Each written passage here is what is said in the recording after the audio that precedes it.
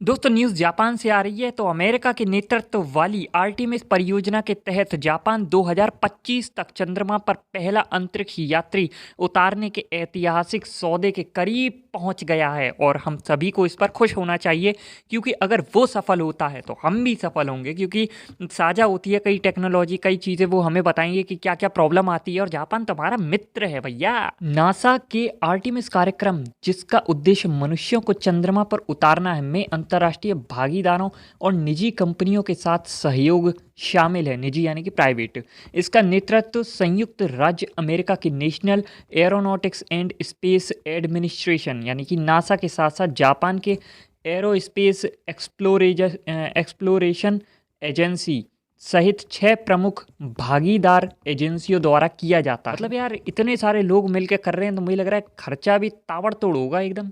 यह कार्यक्रम आधी सदी से अधिक के अंतराल के बाद अमेरिकी अंतरिक्ष यात्रियों को चंद्रमा पर भेजेगा। आधी सदी यानी कि सदी होता है 100 साल की, आधी यानी 50 साल से अधिक का समय हो गया है। और आपको पता ही है कि जो चंद्रमा पर गए थे पहले मनुष्य अमेरिका के, वो कितना टाइम हो गया यार, बहुत पहले गए थे। उसके बाद से तो तरह तरह की बातें होने लगी कि भाई माँ एलियन पकड़ लिया उनने, एलियन ने, और कह दिया दोबारा दिख मत जाना। तो हालत खराब हो गई अमेरिका की। तो पता नहीं, ये सब तो यार ऐसी बातें हैं।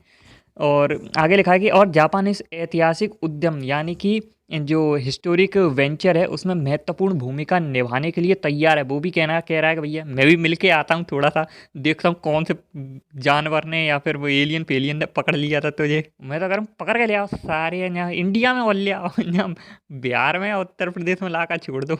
वो दोबारा पृथ्वी की तरफ देखेगा भी नहीं। तो सूत्रों ने कहा है कि ठंड बहुत है, मूत्र करके आता हूँ, उसके बाद कथित तौर पर संकेत देता हूँ कि मिशन में एक दूसरे जापानी अंतरिक्ष यात्री को संभावित रूप से शामिल करने पर चर्चा चल रही है। मतलब अभी तो अंतरिक्ष अन्वेषण में जापान की प्रगति में तेजी से जो प्रगति है उसको रेखांकित करते हुए इस महत्वाकांक्षी योजना को अगले महीने की शुरुआत में अंतिम रूप दिए जाने की उम्मीद है। जापान अपनी अंतरिक्ष agency Japan aerospace exploration agency के माध्यम से लूनर गेटवे परियोजना में महत्वपूर्ण भूमिका निभा रहा है। लूनर गेटवे पहला नियोजित अलौकिक अंतरिक्ष स्टेशन चंद्रमा की परिक्रमा करने और विभिन्न कार्यों को पूरा करने के लिए डिजाइन किया गया है। अच्छा, एक चीज़ और देखना कि जैसे हम भी जब जाएंगे ना, तो हम अकेले जा रहे हैं खुद के दम से।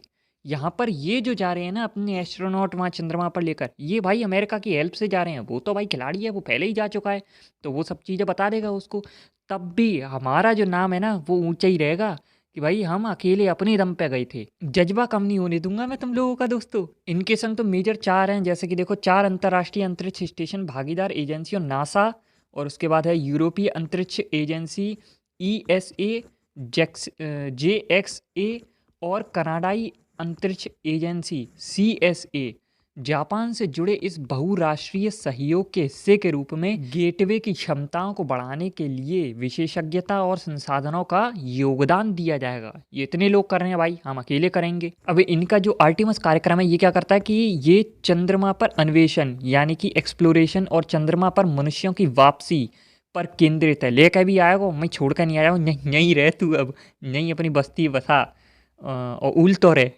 वे अंततः मंगल ग्रह की खोज का मार्ग प्रशस्त करने की आकांक्षा रखता है। मतलब चंद्रमा पर तो काम करेंगे ही, उसके बाद ये जो प्रोग्राम है आर्टेमिस का, ये मंगल ग्रह के लिए भी काम करने पर भैया चालू हो चुके हैं। ये लाइन सबसे महत्वपूर्ण है। पिछले साल नासा के मानव रहित ओरियन अंतरिक्ष यान के सफल प्रक्षेपण ने एक महत्वपूर्ण कदम आगे बढ़ने का संकेत दिया है, जिसमें नवंबर 2024 यानी कि ऑलमोस्ट 11 महीने और मान लो 2024 में चंद्र उड़ान भरने और 2025 में स्पेसएक्स यान पर चंद्र उपस्थिति स्थापित करने की योजना थी। अब देखते आगे क्या होता है। जिसके बाद 2028 में, अभी टाइम है, मतलब 4 साल 5 साल और हैं, जिसमें नियमित चंद्र यात्राएं शुरू होंगी। मतलब समझ रहे हो यार, 2028 के बाद तो ऐसे है बाहर नानी के यहाँ जा रही हैं, चंद्रमा पर रहती हैं। और आपको पता भी होगा कई ईंट वीट भी बनाई जा रही है ऐसी जो चंद्रमा पर, मतलब हर चीज़ देखा जा रहा है कि वहाँ पर हम कैसे बस्तियाँ बसा सकेंगे। और मैं एक सुझाव और देना चाहूँगा, वहाँ पर पहले सबरे पत्थर कलेक्ट कर लेना, और पत्थर फेंका बहुत है यहाँ पर, तो वहाँ पर लेके जाएँ तो कम से कम पत्थर ना फेंक पाए वो।